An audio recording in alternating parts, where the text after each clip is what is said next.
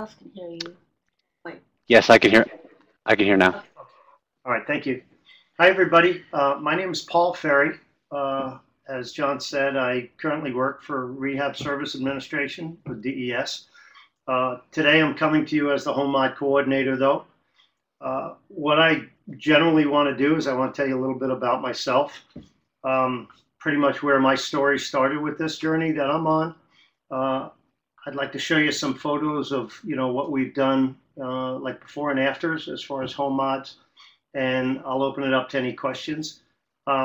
If you have any questions along the way, I'll try to keep an eye on that little box over here, and I'll try to get them answered for you as soon as possible.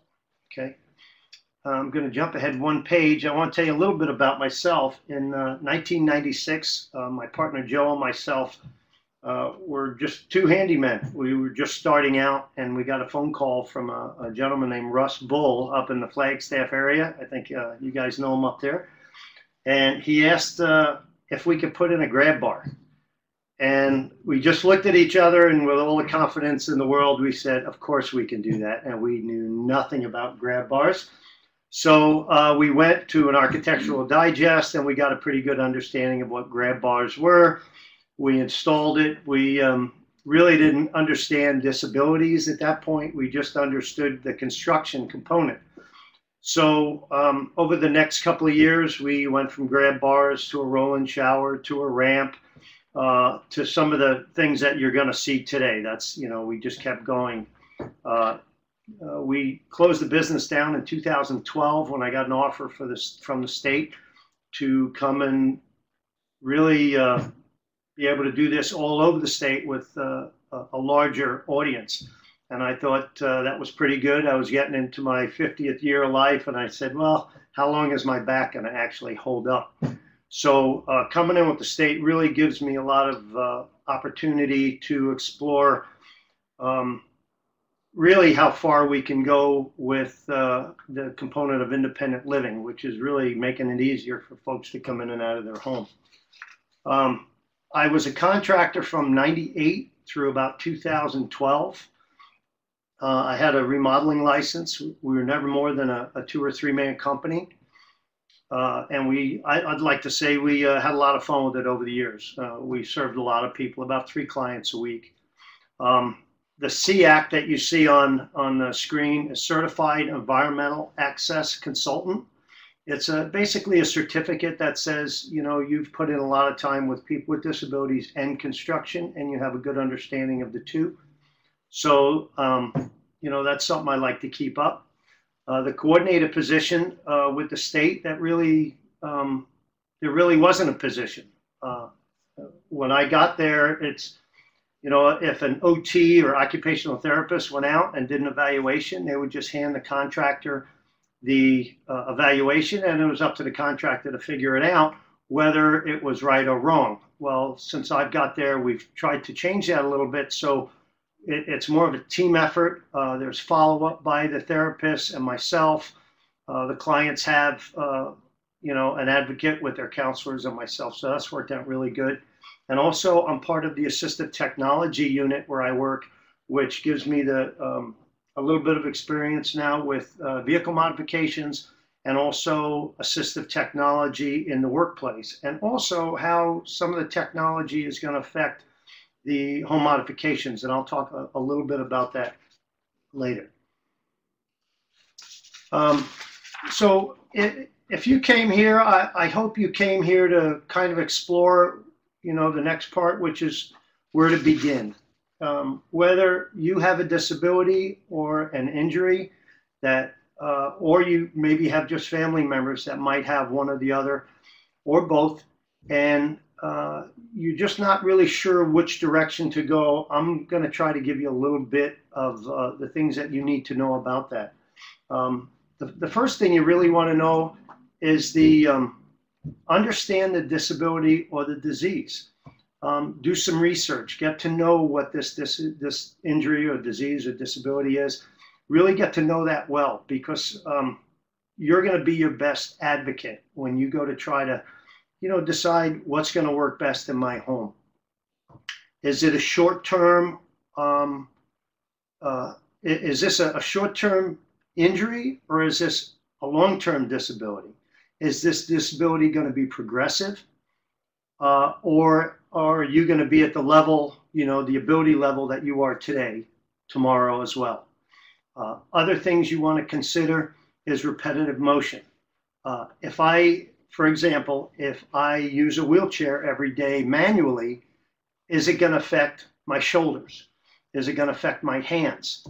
At what point would you want to decide to go with an electric chair versus a manual, if you even go to that point? So understanding, the disability and how it's going to affect you as you get older, you want to try to plan for that if you're going to plan for home modifications. And the last little thing is, am I going to go back to work? Am I going to get into a new career? Maybe, and voc rehab might help you, vocational rehab might help you with that. Or is it just something you just want to stay home and just stay independent in what you do? The term independent living to me means I have the ability to come and go when and where. Whether it's in and out of my home, in and out of businesses, interact with the community, for example, your grocery store, your churches, your doctors. Or independent living can also be related to vocational rehab, meaning if I want to go back to work and my home is not equipped for me to be efficient, you may be spending a couple of hours a day at your home where it's taking you too long. It's causing you to be late for the bus or just not be able to work a full 8-hour day or whatever that magic number is for you. So when you look at your home, you really want to look at all facets. You want to pretty much start at the mailbox, and there are some regulations for mailboxes. Check with your post office. All the way up through your ramp systems to get in your home, or stairs that have, just a shorter rise. Instead of a 7-inch, you would have about a 4-inch. So you could go upstairs, but you just don't want to go up, 7 or 8 inches at a time. And then once you get in your home, everything from your kitchen, your bathroom, your closet, the spare bedrooms, the back door, you want to put a little emergency effort. In case I have to get out in the middle of the night, am I prepared to do that? So there's a lot of consideration on the where to begin for your homes. And I think that's, there's not enough effort put into that with the home modification. The ramp is great, the bathroom is great, but what about all those day-to-day activities? For example, I got up, opened my eyes, I went to the bathroom, I came out of the bathroom, I made myself some coffee, maybe some breakfast. If I have a workout routine, I come back into the bedroom, I take care of my, whatever toiletry I have, and then I have to get dressed, and then I have to get to the car, and I'm not going to get into vehicle modifications, but that would be something, we'll just say you have to get to transportation, and then you have to get to either your place of work or wherever it is that you'd like to go. So there's a lot of consideration when you do this, and each person is very individualized. When I enter someone's home to do an evaluation, I do take into account that there may be children there may be parents aging in place, there may be a spouse, but the primary thing you really want to consider is yourself. If you are the person with the disability, the injury, the disease, you need to consider yourself first. I hear a lot, well, what about the resale value on my home? If I do this, is it going to affect my home? I'm not a real estate agent, so I can't answer that, but I will say this. While you're in that home, let's make it as comfortable and as possible. And with more people aging in place, maybe that's a plus when you go to sell your house. Again, I'm not an agent, so I don't know, but that might be something that you would consider. Okay, any questions so far? Anybody have any questions, comments?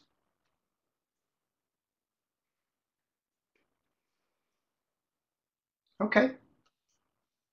All right, what I'd like to do, I'd like to show you a series of before and after pictures, and then just a series of products that are out on the market today that you wouldn't normally see. You would have to do a lot of research to find these.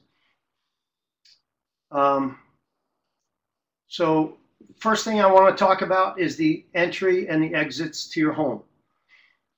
Is it important that you do both entry exits? And that's really a question you have to ask. If you have to get out in an emergency, do you want to look at the second set of stairs and maybe, or the second ramp, the back door, the side door, the window? So there's a lot of considerations when you're looking into the entry exit. For the purpose of this presentation, I pretty much looked at the front entry exits of most homes. So you could really do the same for the backs for a secondary entry exit. One of the biggest factors, and if you look at the screen, is that proverbial 4-inch step. Okay, most homes that were built, I'd like to say prior to 2000 or 2005, do have a step that goes into the home. And that 4-inch step, excuse me, that 4-inch step, I'm sorry, I'm reading something here. Somebody can't get connected? Okay, never mind, I'm sorry. That 4-inch step can seem like a foot some days. So there's a few different options you can do to get rid of that little step. In the picture, we just showed you a small concrete landing that goes to a small ramp. There's also some options that may be there for a metal ramp, for example. Also, it can be done in wood at times, but when you go on such a small area and you're coming onto concrete like that, you really need a smooth transition. In this particular case, oh, okay, Ken, I'll get to you just a minute. In this case here, what they did is they actually cut the concrete where that gray ended so they could have a full 4 inches in there. I want to take a minute and answer Ken's question. He says, are these decisions covered in the building codes? I say yes and no. Yes, there are code requirements that look like they're ADA, but in a residence, ADA, or the Americans with Disability Act, does not apply. So virtually, if you were a homeowner, you could make that ramp as steep or as not as steep as possible. But if you went through the building code system, they would ask for every 1 inch of rise that you had 12 inches of run going in an angle. You can do a 110 in some cases, 1 inch is a rise, 10 inches a run. So some of these requirements are in the codes. There is not a code for a level entry. That was another question, the requirements for entry exit. You would have to look in your local building codes to get that answer. Are these modifications inspected? That's a good question. If the modification is rated, according to the Registrar of Contractors, if it's over $1,200 or structural, the building department would like to come and inspect that just to make sure that it does meet whatever their individual codes for. Now, in Arizona, we have several counties. I believe there's 12. I could be mistaken by that, but we have several counties. Each county has their own building code, and usually each city within each county, for example, in Phoenix, you have Phoenix, Glendale, Peoria, they each have their own separate building departments as well. So when you're designing this, if this is something either structural or you think it's over about $1,000 and you have a contractor, you would just request that, let's make sure that we get a code for this. Okay. I want to switch to the next one and just show you a set of stairs. The stairs on the left, that's about an 8.5 inch drop per step. It really was a very shaky set of stairs, and we opted to go with 4 inches. And the reason why we're going for the 4 inches is because the person going up those stairs does not have a high step. It's just a very short step. In this case, in this particular case, the client did not use a wheelchair, so a ramp was not needed. And we also did not have enough room to really put a ramp in that general area. And I'll show you what we do in a minute when we don't have enough room for a full-size ramp. We have a question from Jennifer out in Kingman, Bullhead. She says, does the building department charge anything for that? Absolutely. Matter of fact, one of the things about your local building department, and I've seen this many times, when you call for a permit and the building department comes to your home, you have invited them into your house. So for example, my wife and I, we've owned a house for about 10 years.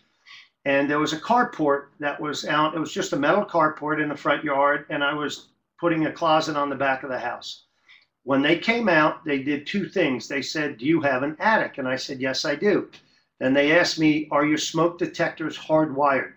And I said, no. And they said, they are now. And that'll be $68, please. Then they asked about the carport, and they realized that there wasn't a permit for it. And they said, you will either have to permit it or get rid of it. Well, I chose to get rid of it. And the next time the inspector came out, he gave me another $68 bill to charge me for something that I had to get rid of that they didn't know I had. So they will absolutely charge you every chance they have. And the contractors, if you hire a licensed contractor, and that's with the Arizona Registrar of Contractors, and you can check them online, they should know the laws that pertain to where you live. They should be familiar with the counties, and if they're not, then they can go knock on the county's door, the city's door, and say, this is what I'm doing. Do I need a permit? And the answer is usually yes. Okay. All right. Any more questions about the building department?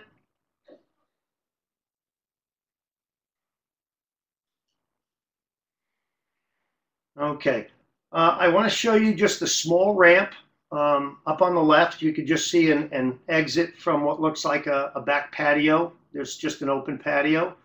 The client does use a wheelchair, and they park in a very limited space right there.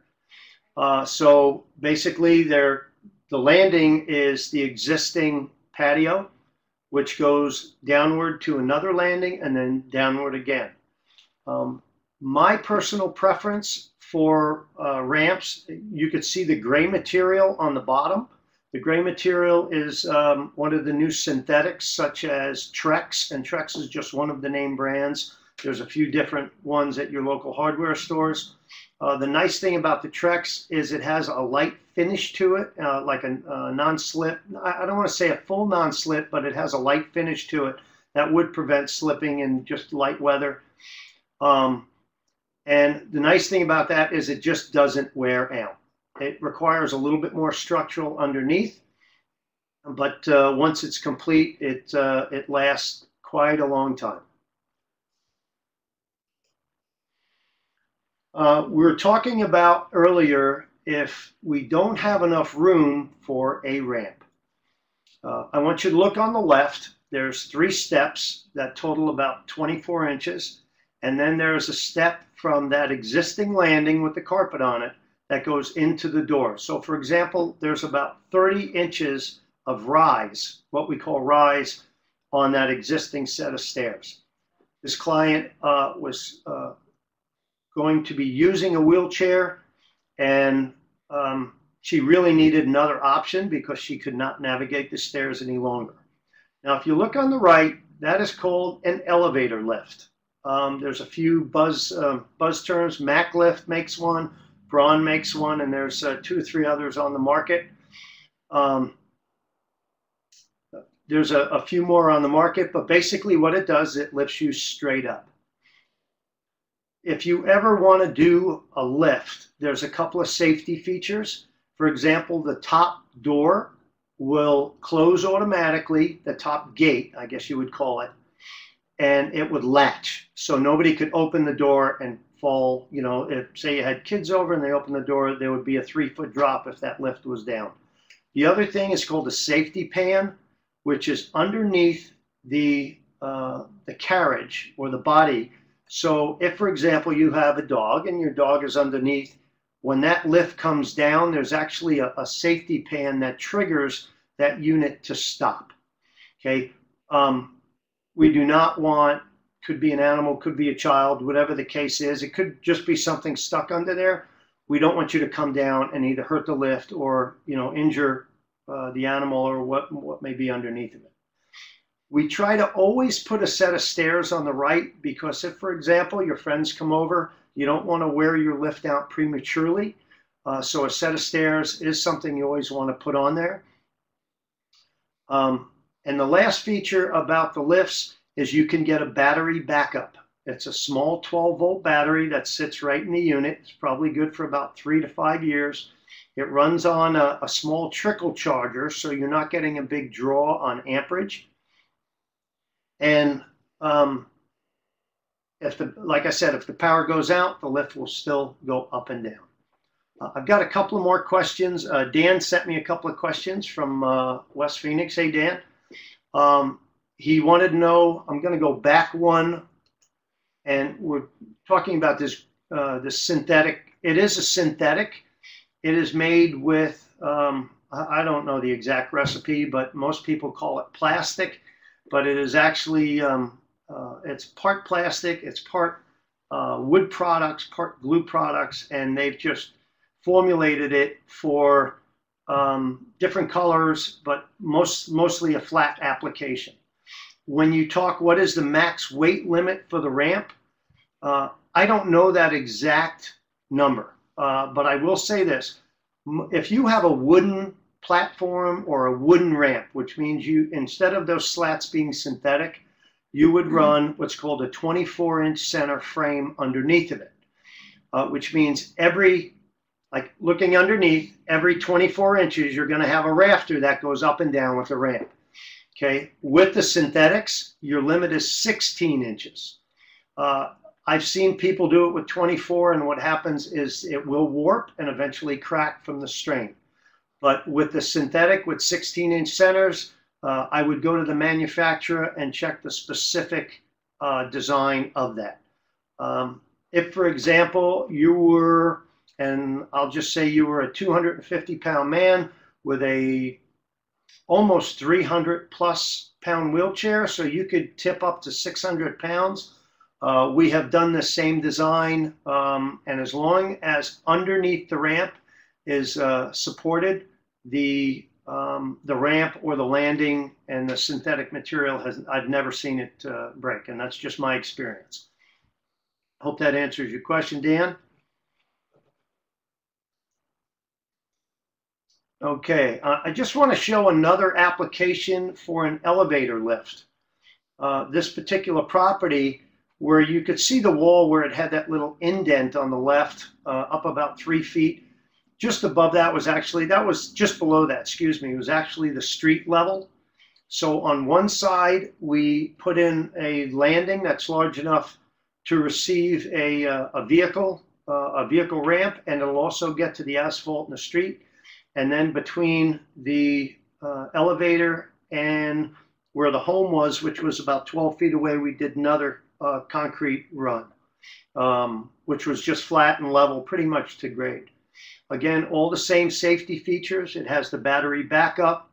The gate up top is spring-loaded, self-closing, which it doesn't open until the lift triggers a mechanism which unlocks it. And then also as the lift goes up, there's a safety pan that closes behind you, so there's no risk of falling out the very back. This is a joist. Joist, yes. Dan's back asking me a question. Underneath, when we talk about the 16-inch centers, that is called a floor joist, J-O-I-S-T. And when I talked about the 16-inch centers, I'm going to go back on the ramp, Dan. That's 48 inches across. It actually has 4 joists underneath of it. There's 2 on the end and then 2 in the center. So if you count the joists, it would be 1 at 0 inches, 1 at 16, 1 at 32, and 1 at 48.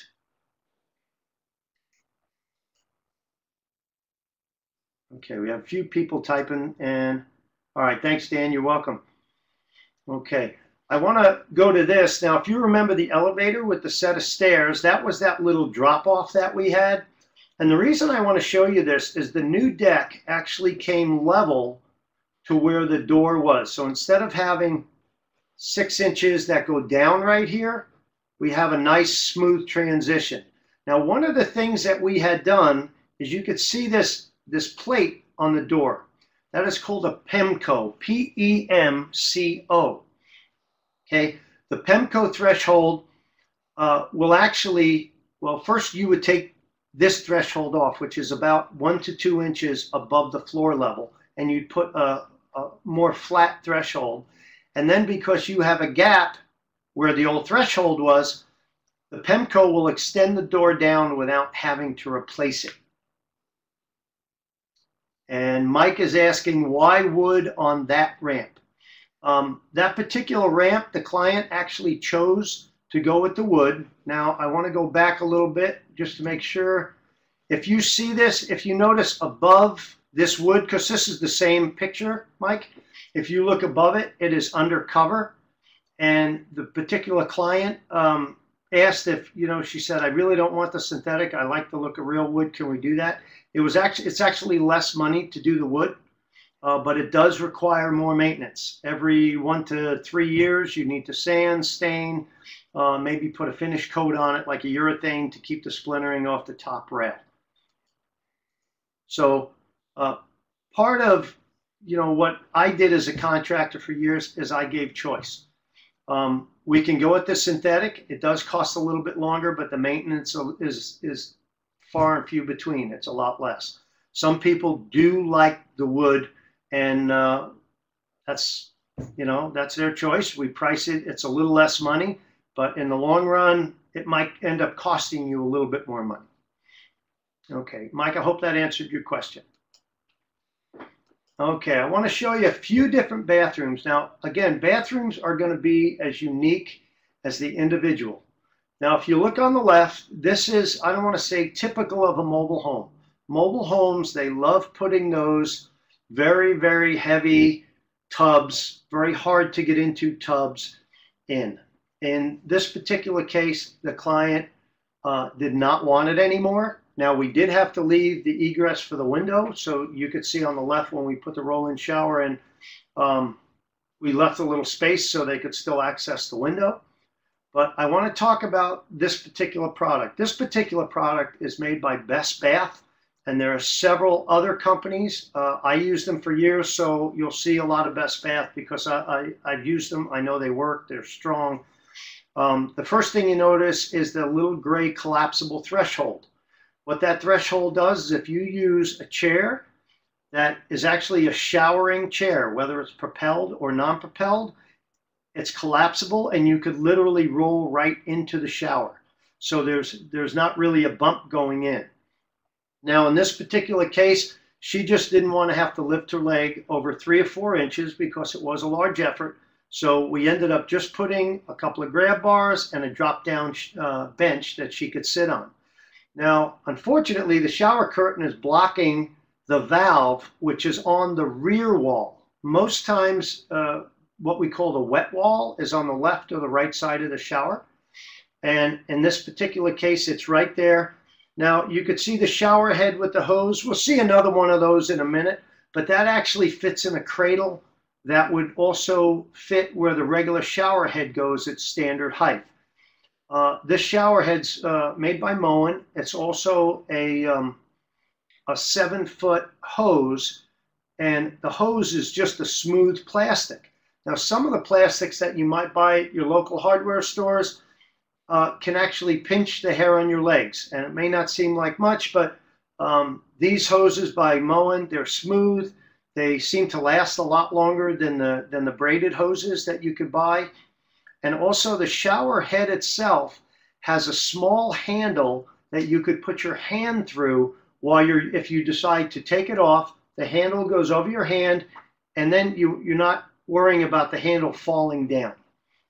Okay, so there's a lot that goes into a shower like this.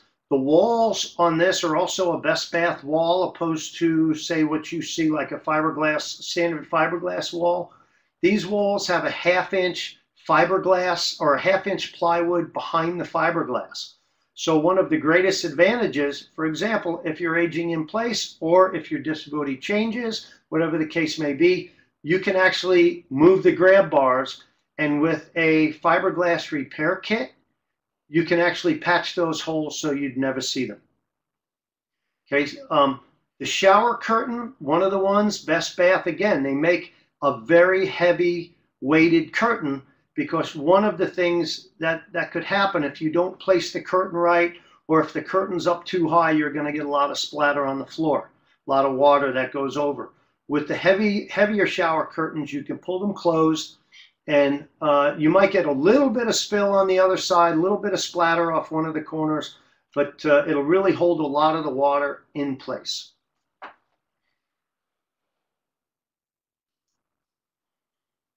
Okay, I like showing this one. On the left, you virtually have an inexpensive way to get yourself from the toilet into the shower.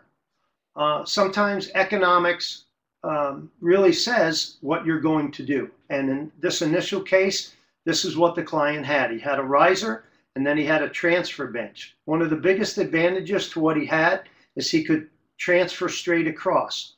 One of the biggest problems, I want you to look on the left-hand side, is the faucet is behind him. So there's no way to adjust the water temperature while you are in the shower. You're really at, I'm going to show you right here in this area. I hope you can see my mouse. Right here is the faucet. So even if you lean back on that chair, you run the risk of shutting the faucet off. So we wanted to try to reproduce this, and we did this with the help of an occupational therapist who really specializes in working in the homes. And we have several, for example, with the state. I can't name them, but I could tell you this, they're fantastic people. If you need a reference, call me, I'll give you a few. But you could see that the client can transfer straight across. And we move the faucet to the back wall.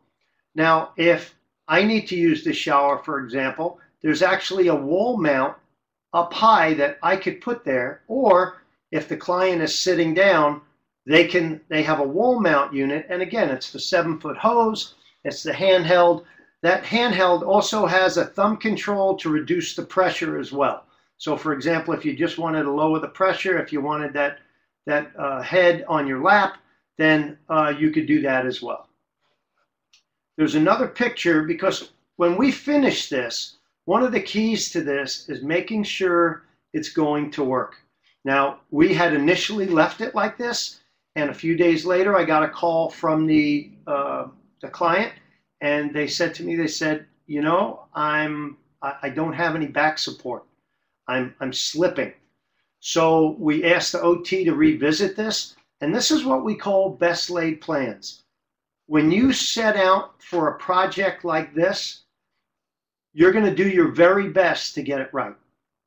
We really try to get this right every time, but sometimes the grab bar is just not in the right place. Sometimes the chair is just not right. And unless you revisit this, the client is in actually risk of a fall. So we sent the OT back in, and with the OT, the contractor, myself, and the client, and also the client's caregiver, we actually designed this pad.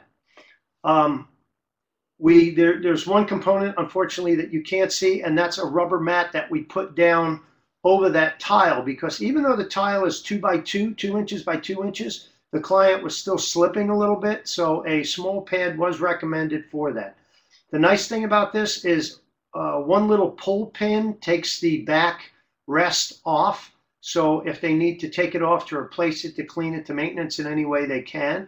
And also that grab bar will flip up against the wall as well if it needs to get out of the way.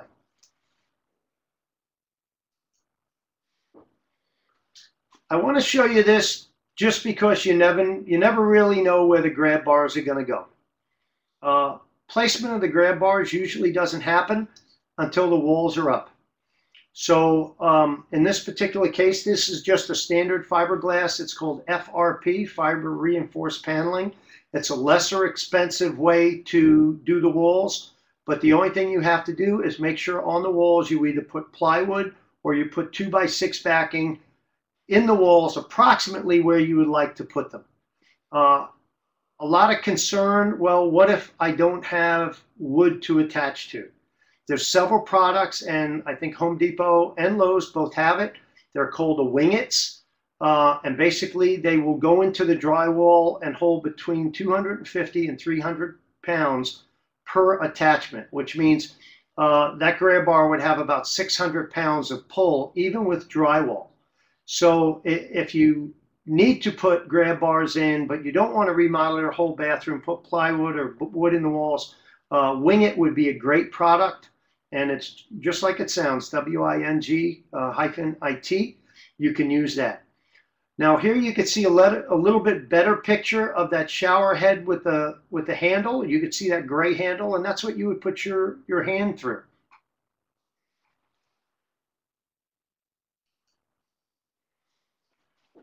Why not use something you already have?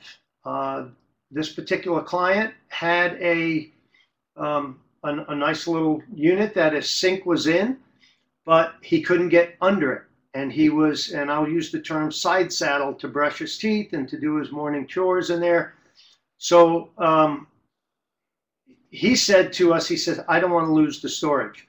So sometimes we get a little bit creative with products. So all we did was move that little armoire over, and we put a roll under design that's, you know, he can get to either the sink or the items on top of the counter.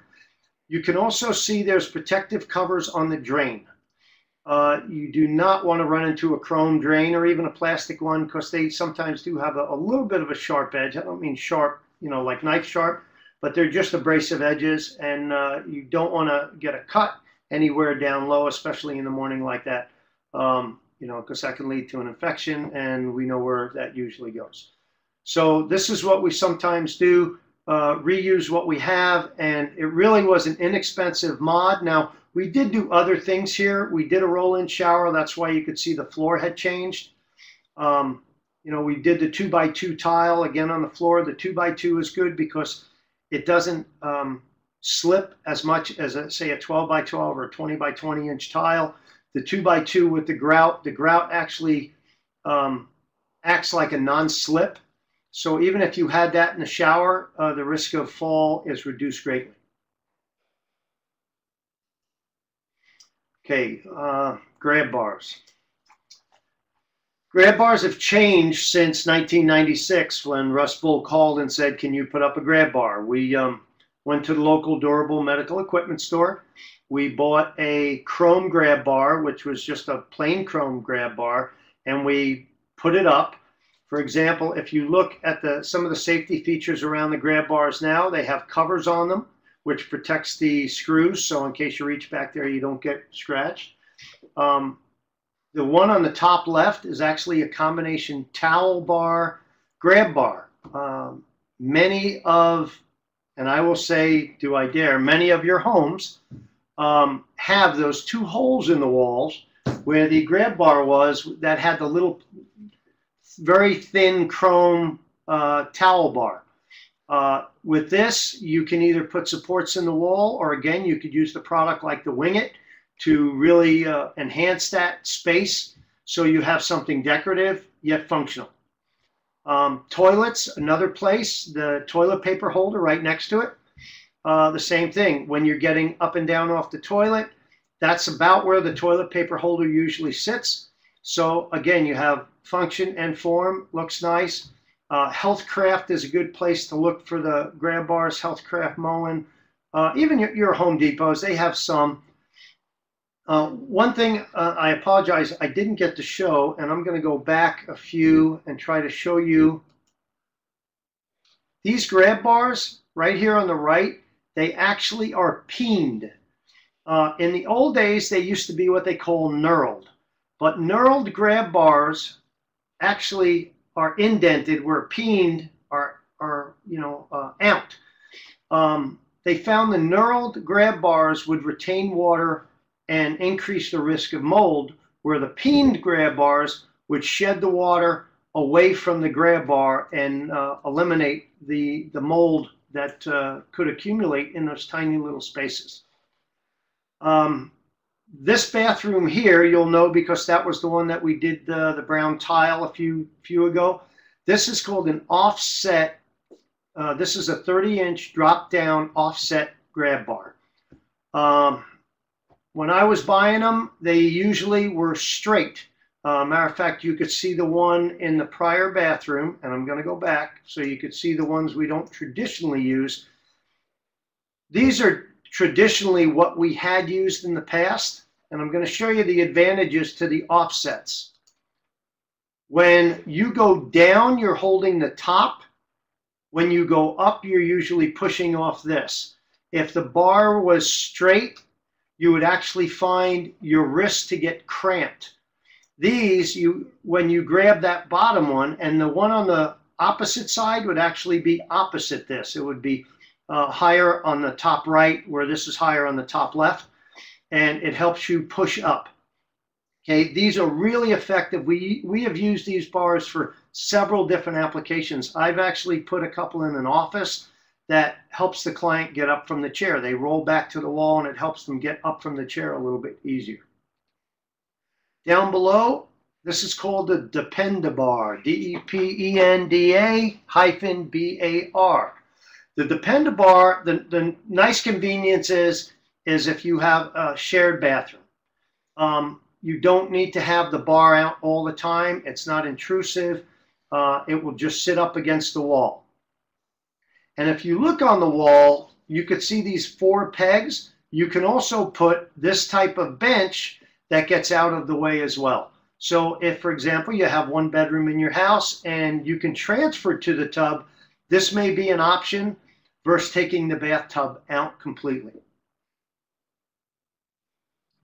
The last thing about the bar, it actually lifts and pivots. So whether it's against the wall, where it is, or maybe it's going to be at a little different angle, there's different angle positions for that Dependabar as well. That'll help you get up and down, you know, to the level to the convenience level you would like. If you go to the far left, this is something called a super pole. It comes in either 7 or 8 foot, and you can also get a 1 foot attachment on top if you have a 9 foot ceiling. That's the highest I've seen it. If you needed something taller, talk to me and we'll try to find something. It also works for an angled ceiling. There's actually an adapter that works for an angled ceiling that would bolt onto the ceiling. This has multifunction. It has a pad in the middle to help you just stand up if you just want to grab it. And it also has, like the Dependabar, it has a bar that pivots from left to right, and it'll go in a full 360 degrees, and it stops at about 12 positions, I believe, for your convenience. Most common use for this is bedside. So when you're getting in and out of the bed, you have a secure pole to grab to. Now, it actually goes, it has a turnstile, and I'll go like this, that tightens it up, that pushes it up to the ceiling and locks it in. You can also put a couple of screws up into the ceiling so you could find your ceiling joist and secure it to that as well. I'm trying to see if there's any more questions. I don't see any more questions coming up at the moment. Okay. Kitchens. Now, kitchens are sometimes a lot like the bathroom. This one I wanted to show you because this is basically, it's an older kitchen. It was probably built in the 60s or 70s. The one on the left is a metal design. They have a water filter under the one on the left. You know, simple P-trap, simple double sink. We designed this with the client, the homeowner. This one, they wanted to have roll under access, yet they still wanted to have access to the cabinets. I don't have any pictures, but your local hardware stores do have pullouts for your cabinets. If you open those 2 12-inch cabinets left and right on the bottom. It's a pretty easy install to put in pull-out cabinet, pull-out shelving, and you can put your pots and pans. This way you're not trying to lean in. And usually with the help of a grabber, most folks just reach down and grab it at that point. But a grabber is also an effective way to pull things out of those units. Under the sink, when they put this back together, they did opt for I believe that's a little bit of a softener there. I could be mistaken, but it looks like a softener. And we also, if you look at the piece of white plastic there, we also covered up underneath there so they don't hit their legs on that P-trap. The faucet just looks like a regular faucet, but it's actually a sensor style faucet. Some of the faucets are designed to do, some of the faucets turn on with a wave. Some have another type of sensor that just when you're under it. So there's a few different sensor styles. I don't want to go into that a lot, but you could adjust the waters to a certain temperature. That would help quite a bit for that faucet. Also, this particular faucet, if they wanted to grab the head, it also pulls out so they can, you know, just like a standard handle, they can pull that out and spray a little bit closer. The drawers, there's not a lot, anything special done with the drawers. Something we have been playing with a little bit, we've only done one home, so I do not think I have a picture of that, is your upper cabinets. Some of them have spice rack pullouts. They're very lightweight. I don't think they'd hold, for example, a plate. We haven't done any of those, but you can grab your grabber, open the drawer, open the door, and pull down the spice rack, which would be great. This way it would free up some of the counter space. Okay. Some of the other items that we've done in the past is chair lifts, just like this. They either can go up a small set of stairs, they can go up a large set of stairs. In this particular case, we only had to go up about 24 inches, but I like showing this picture because what we learned is that we had to put an extension on this. What we thought a 4-foot unit would work, but if you sit in that chair and pivot 180 degrees and put your feet on the other side, you can't reach this step. So we did go back and put a 2-foot extension, which reduced the angle of this. And that made all the difference in the world. So the client can now sit on the chair, spin safely. There is a seatbelt attachment, and go down the stairs. These can virtually be built for any set of stairs that are out there, whether they have a turn to them. It really doesn't matter. Each one is designed for like the specialty stairs. If you have a split level where you have a landing and have to go to another set of stairs, there's ways to do all the different ones. And there's several companies here, especially in the Valley, throughout the state. If you need any references for that, you can please feel free to give me a call on that.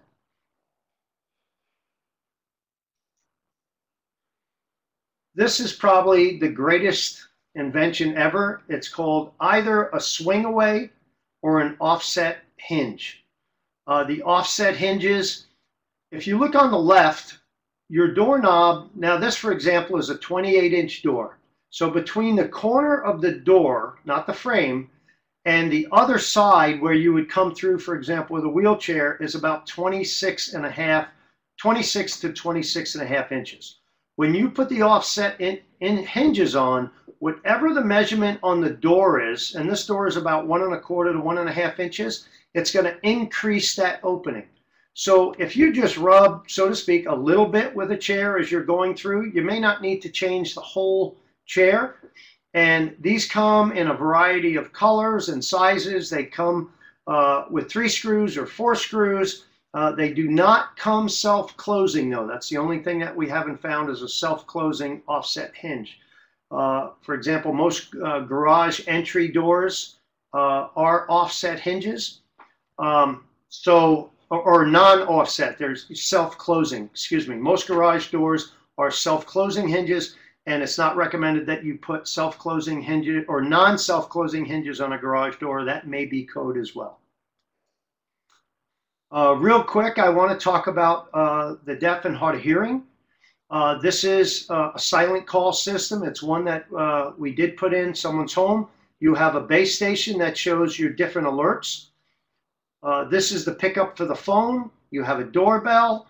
You also have a light that will go off and a smoke detector that can also have a CO2 detector.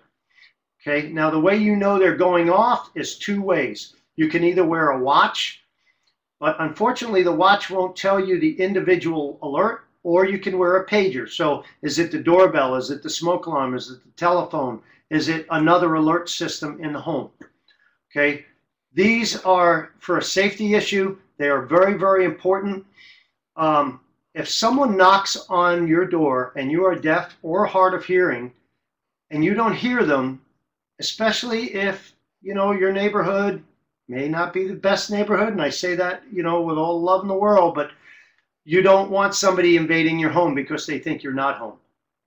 Safety devices like this, I think, are key for the deaf and hard of hearing, and I think they're very important. Also, simple intercom systems for the blind or visually impaired. That's an inexpensive way also. Unfortunately, I don't have a picture. I've got just a few minutes left, so I want to show you these. This is called a stand aid. This goes up, battery operated, with a trickle charger. It'll lift you 17 inches above whatever height toilet you have. This is called the Power Stand Aid, and you can look that up online. If you're aging in place and you use a wheelchair, you could actually slide into the ADL Spa, and that's actually a local product you can get right at ADL Solutions in Tempe. It's a Best Bath product. More for aging in place. I don't recommend it for everyone because if you can't stop your feet against the end of the tub, you run the risk of drowning. So very careful. OT recommended only. You also have the step-in tubs. There's a Best Bath on the left, and you have an American Standard on the right. Sorry if I'm moving a little bit fast. Electric door openers. You have a keychain remote. You have a keypad remote. And I know someone in particular has a proximity sensor that when he passes one of these devices, the door opens because this proximity sensor says, okay, open the door, please. So very good stuff there. Questions, answer. I see we have somebody typing, but just a little plug. I'm going to be at the ASTAP in July. I'll be doing another presentation. I'll try to bring a few more examples with me, a few other designs. I don't see any more questions, and I am running down to right around 4 o'clock. I'm not a hard person to find. If my name and information isn't on there, you can contact Melody or John at ASTAP, and they'll get you my phone number and my email.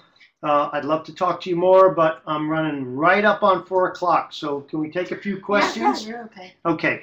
Okay. What about sliding doors? Yes. I just found one that Stanley makes. Stanley makes a sliding glass door opener. I can talk to you more about that if you get a hold of me. How do we get assistance for mods?